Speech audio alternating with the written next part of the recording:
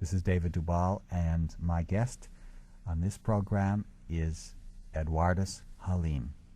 Eduardus is one of the finest pianists at Julliard. He just very recently played the Brahms B-flat, of which he won the competition in this mighty concerto and played with the orchestra, just a month ago or so. He's in the studio, and he is playing for us tonight live.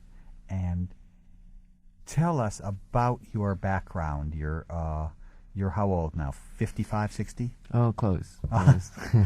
25, that is. You're 25 years old, and you were born in Indonesia. Yeah, born in Indonesia, of Chinese parents. Of Chinese parents in Indonesia. How interesting. And were they musical? They don't necessarily deal with music. My father is an artist. He paints. Really? Yeah. And my mom is a regular housewife. Are they in Indonesia now? Yeah. So you're separated from them now? Yeah. They can't come to the Tully Hall? My father is coming. Oh, he is? Yeah. Wonderful. So it will be like, I think it will be a nice thing. So, because I haven't seen him for quite a while. How long? I've never been back home for 7 years since I came to Julliard. Really? It's too far. And also every summer it's always been pretty busy. But I think if my father is coming for the debut, so it should be very exciting. Wonderful. Yeah. I remember it used to be like, every time I play piano, I practice piano at home, he would sit in the living room and just listen. How did you come to the piano in Indonesia? It was through my mom's ideas. Everyone in Indonesia, in my city, a lot of upper middle class family, they all have piano, and they've had their kids study. Really? So my mom saw that I guess it's a nice thing to do, I guess. So all of us, 6 of us, studied piano. 6? I have, brothers and sisters. So you haven't seen them in a long time either? I haven't seen them in a long time, yeah. What a story. What a story. And here you are from Indonesia, Chinese parents, practicing the piano, coming to Julliard, really an incredible experience. New York, it must have just been mind-boggling at that moment when you were, 18 years old? Yeah, 19 then. And so 19. you didn't feel that you were in some ways ready to compete in a way in a place which had many people already understand a little bit more about what the career meant. Yes, not only career-wise, but I think a lot about the culture-wise. I think it's very different. Very different. But I liked it. I remember the first year I was here. Everything was so foreign to me. But that's I always and I was by myself all the time. And I think that's exciting. Well, this is such an interesting story. We're going to interrupt this story, Eduardus Halim, for your performance of 2 Scarlatti sonatas, which you just did in WNCN studio. Just sat down and did it. Vito, our engineer, just put the tape on, gave you the levels, and away you went. So tell us what Scarlatti means to you in your life. Scarlatti is, you play him wonderfully. He must mean something to you, this composer. As a composer, I think Scarlatti is very fascinating, in a lot of unexpected turns in the piece, I felt. And also very pianistic. Always. And there's a lot of intricate things. And it's very, the only thing, the element of shock all the time is there, for me, in terms of though. And this is Scarlatti, the one I did is on the fast, two of the faster sonata. And I've noticed in some of the, I played some of the slower one, which I didn't do this today, but in that also I found a feeling of a very, very romantic feeling in not this, of course, naturally it's not the same way in not romantic, but very expressively romantic. Very expressively romantic, yeah. And yes. Well, the moods in the 500 Scarlatti sonatas, 600 Scarlatti sonatas, they're a miracle of differentiation. There's not one Scarlatti sonata even vaguely alike. They may have a certain family resemblance, and their form is always a simple binary form, and yet the surprises are just so vast that it's a whole lifetime of adventure. The Scarlatti sonatas are still not really well known enough.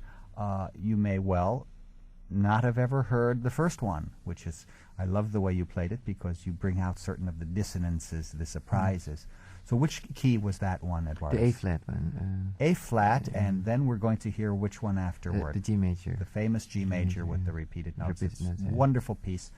My guest is Eduardus Halim, and you are going to, if you go to the concert, of which I advise everyone to do on April 23rd, you will hear a very different program than the one that we're going to have tonight. Although you are going to have the Brahms Paganini on a little tonight and that night. Yeah. Well, it's going to be a good program, and we will say what those pieces are, but after we hear Eduardus Halim play the two Scarlatti sonatas, A flat and G major. G major.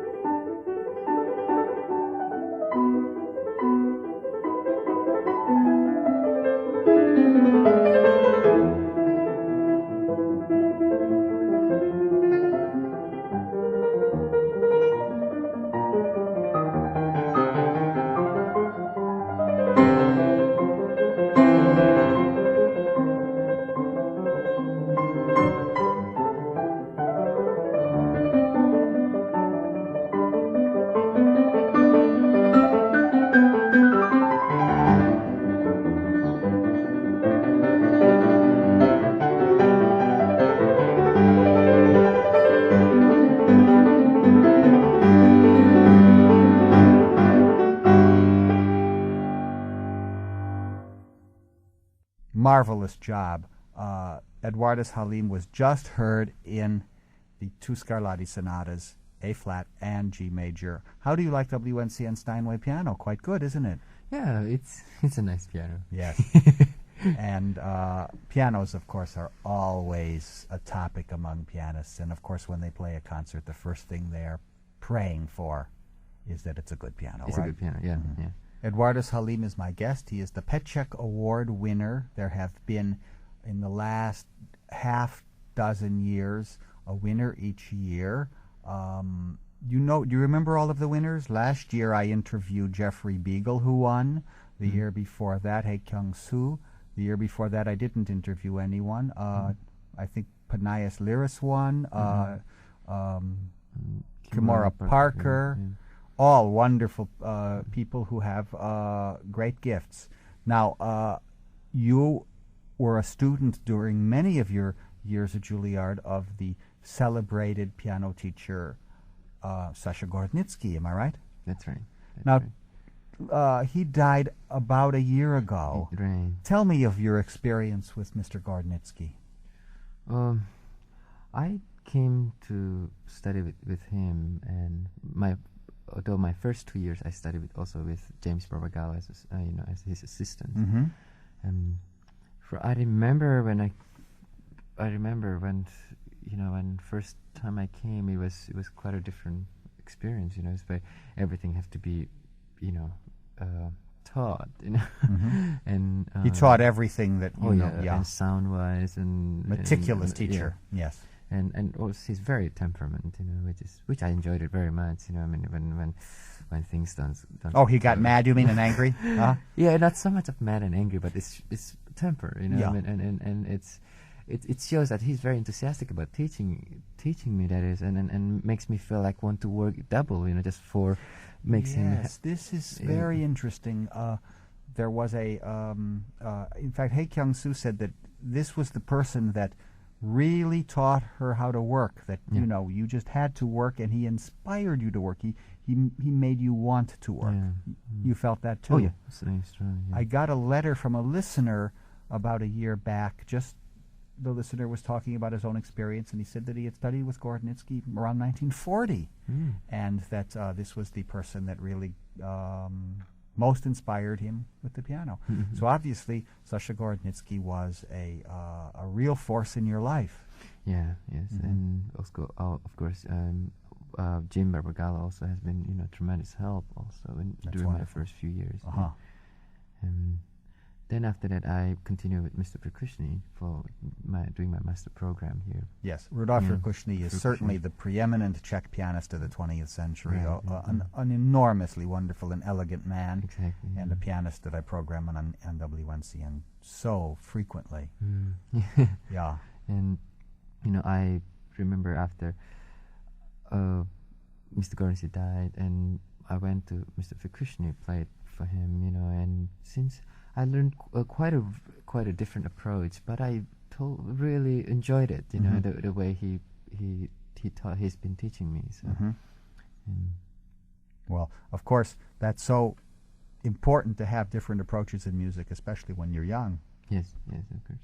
Then there's that moment in time where you have to go out on your own totally. Yes, yeah. It's called adulthood and becoming an artist on one's own, and that's where a lot of the people fail because they don't want to do that on their own. It's hard. Yes, yeah. It's like having to, pay your bills alone. Oh, Exactly. I've yeah, never also- gotten over that, Eduardus. It's very hard. But sometimes I think staying for a long time in school probably could sort of give you that kind of feeling, feeling at home all the time. So you hate living in school, but I think in a way it's a good thing. Well, Lincoln Center is your home now. It's not Indonesia. It's the halls of Julliard. That's your real home. And of course, there you met the most important person in your life, Exactly. Judy. Judy, yes. Judy is your wife. Right. And what's her whole name? Oh, that is if I could pronounce it right. I could never do it in class, and she always gets mad at me. I think it's Wang Liu Qianxing. I hope that's. Well, she is one of the most fantastic people, you know. Of course. Oh, you know better than I do, let me tell you. But in class, she is such a great person. You know, she listens. Her comments are always so fantastic. Biting, right? Yeah. Occasionally she gets mad at you. Yeah. Oh. But and she plays wonderfully. She played a Sixth Rhapsody in my class, which was really her octaves. My God, the power. Okay, now we are going to interrupt the story of Eduardus Halim, who will be playing at Alice Tully Hall in his New York debut, the Petchek Award given by the Julliard School. It's a very honored and important award there, and many people covet it highly. Eduardus won it this year, and on the 23rd at 8 o'clock, I hope that our audience will flock to Alice Tully Hall at Lincoln Center to hear Eduardus in a program that I still will not tell any of the pieces, because I now want to hear your performance, which you just did within minutes ago in the WNCN studio on our Steinway piano. I want to give them a plug because they deserve it. We're going to hear a piece that we'll say a few words about afterward, but it's one of the legendary works in the piano literature. Its difficulty is monumental, and it's called the Brahms Paganini Variations. And we will hear Book 1 now. Let us hear Eduardus Halim in the Brahms Paganini.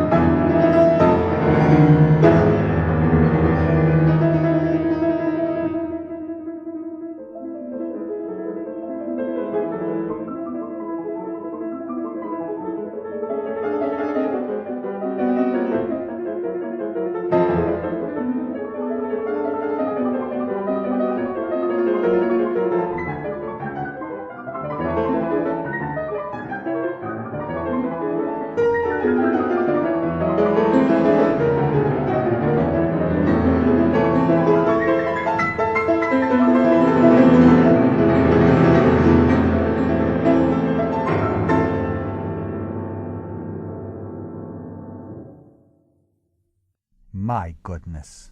Blistering, heated, steely, lyrical. That piece is an obsession of many pianists, especially, of course, of the pianists that cannot play it well. And you are one of the people that plays it dazzlingly.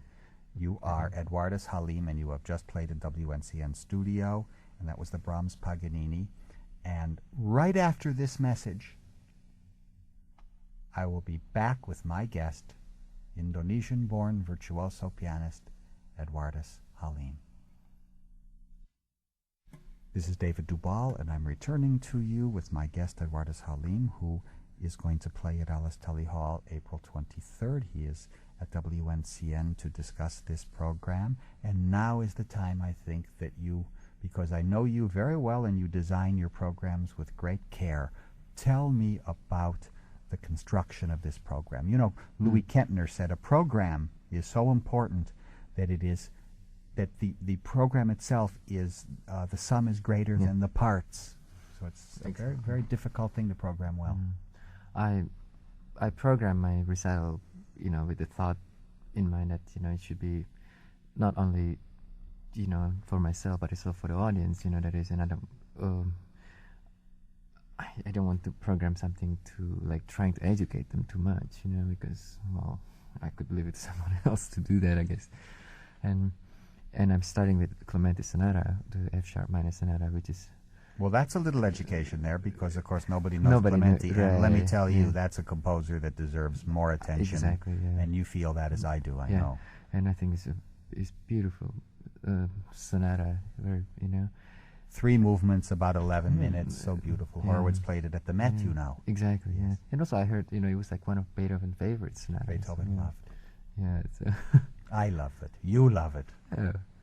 Then after that, I continue with Schumann, David Müller-Tanzes. Oh my goodness! One of the most beautiful and complicated set of works. Yeah. Yes. Yeah, it consists of 18 characters. Yeah. 18 characteristic dances, of course, which only 2 or 3 are really dances. That's so typical of Schumann, isn't it? Exactly. Yeah. Calling them dances, and they're not. Yeah.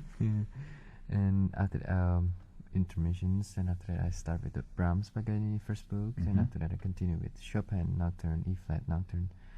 Oh, the famous Opus 55 number 1, right, not right. the even more famous Opus 9, yeah. Right, Opus 55 number 2. Right, 2. And I thought that I'm doing the Schubert list, the Soirée de Vienna, the Valse Caprice. I do one of the Valse Caprice there. Number 6? Number 6, yeah. And I'm doing this, end up with program with Stravinsky, Petrushka, 3 movement of it, yeah. So... Now, you really thought this one over, because you had to construct this program, you had to have all these timings work. So your main work in the sense of time, chronological time, is the Schumann Opus 6, the David Müller-Tanzes. Then the Brahms Paganini, one of the 2 books, right. And then the work that I know you adore is that Chopin, that perfect right after. It's then to give, as Horowitz does, because he plays this, Levine played it, every great pianist played the Soirée de Vienna, number 6. Teresa Carreño, exactly. yeah. And then comes the big Petrushka, written for Arthur Rubinstein. Yes. So, my friends, on the 23rd, you must not miss this young virtuoso, who was the winner of the William Petchek Award at Julliard School. His name, Eduardus Halim, and you have been hearing him live because he just taped this at the WNCN studio. We are now going to hear 3 Mendelssohn songs without words. They are not going to be on the program, so we have a chance now to even explore another realm. Mendelssohn is a great favorite of yours. You've all May Breezes you're playing, aren't you? Yes, yes. yes. I love that. Yeah. Tell me about your experience with Mendelssohn. Is it? Did you do any other works of Mendelssohn? Yeah, I did a few other works. You know, the popular one is, you know, I did the concerto, and I did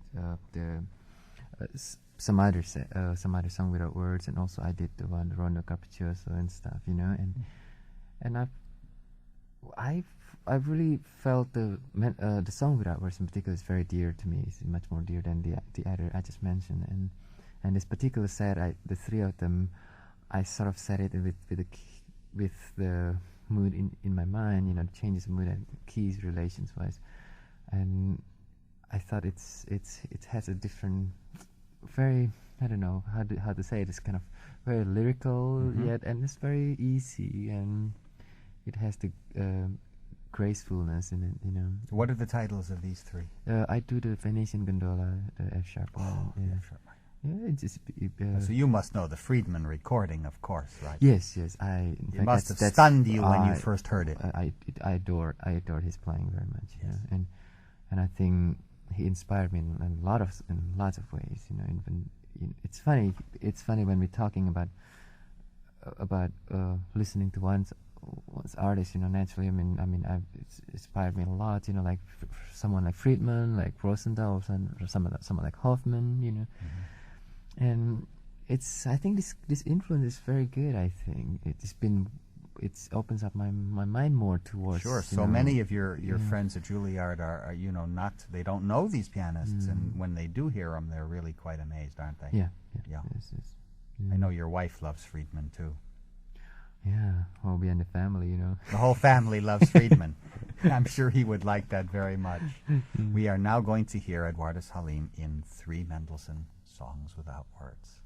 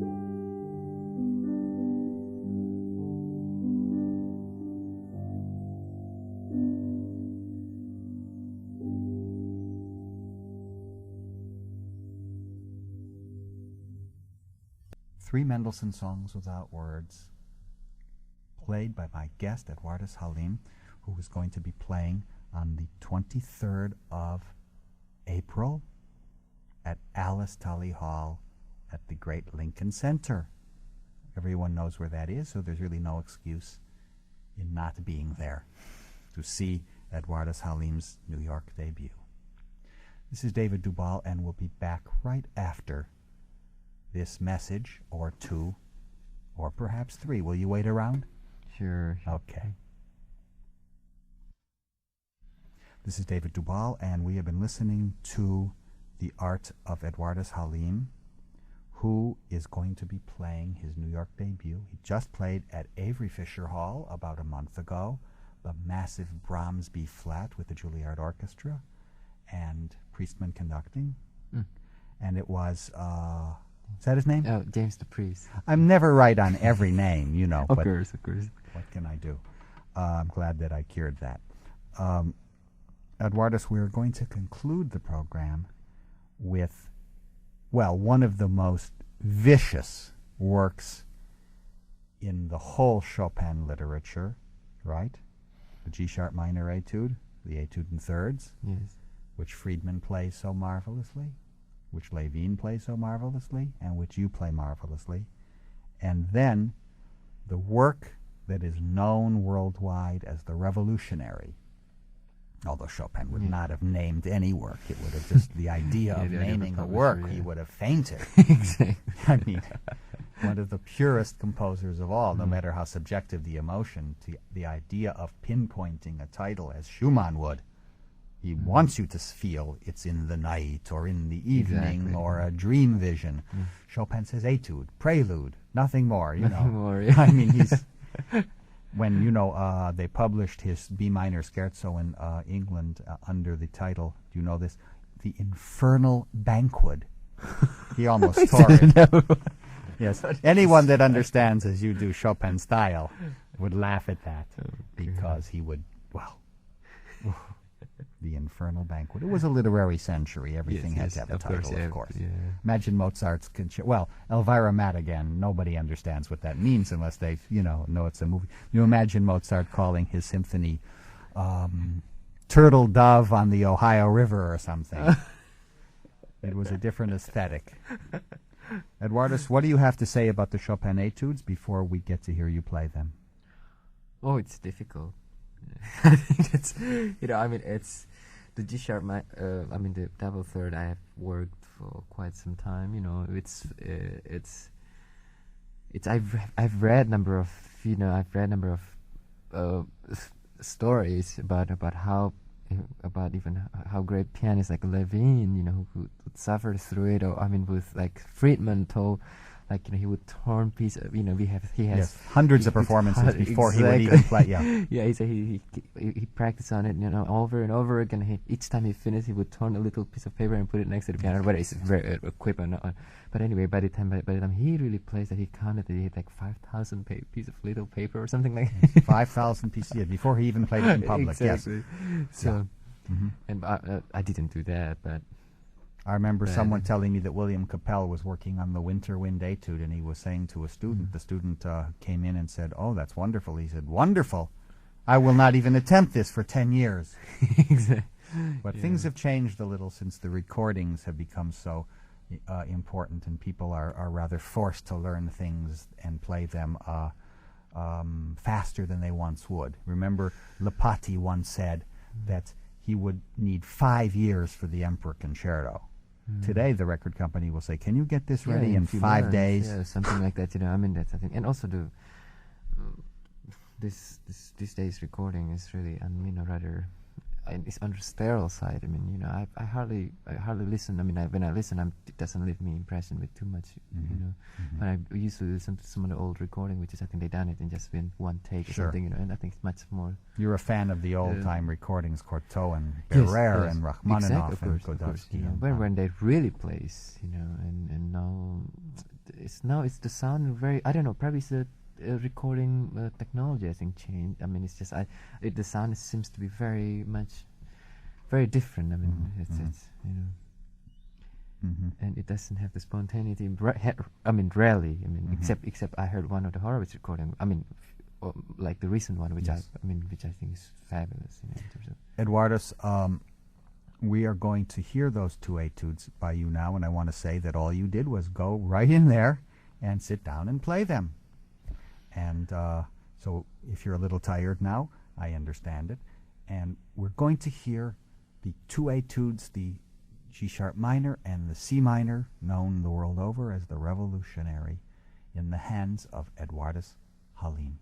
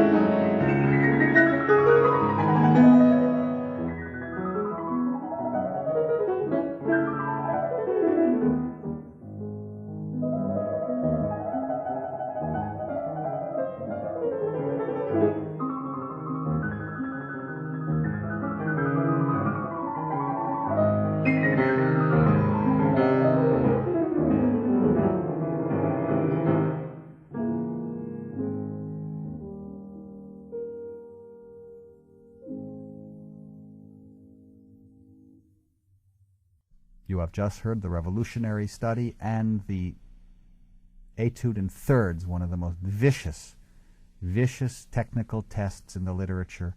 And of course you played it not with technique in mind, but music in mind. Eduardus, you are going to play the 23rd. Give us the program again. Clementi, Sonata F sharp minor. Then I'm doing the Schumann David's Militanze, and second half I'm doing the Brahms Paganini first book, and the Chopin Nocturne E flat opus 55 number 2, and Schubert Liszt Soirée de Vienna number 6. Then I'm doing Stravinsky Petrushka. And I have heard your Petrushka, by the way, as you know I have. Yeah, I played it a number of times for you in the class. Several times, yes, you have. And let me tell you, it's raring to go, as is the Brahms Paganini, the Schumann, which you've played for me, and it's a marvelous psychological musical experience to hear your performance. Okay. I think we've talked about quite a bit your birth in Indonesia, your father will be coming, your six children in the family, all playing the piano there. It's so interesting, you know, that now in Asia the piano is what it really once was in the United States, 1900. Exactly. Yeah, when everyone has piano in home. Today there is no pianos in homes compared to, you know, at one time in history. Oh, really? Sure. Oh, my goodness. Piano. I think once a home was not a home without its piano, you know? Oh, yeah. That's interesting. Yeah. Well, I wish you the greatest luck on the 23rd, which is what day? Thursday. Thursday night, 8 o'clock. Tickets can be had there, or, of course, calling whatever you're supposed to call. I don't know, call Tully Hall. But please do come hear this wonderful young pianist, Eduardus Halim. Thanks for coming, Eduardus. Thanks for having me here. This is David Dubal. Thank you for listening.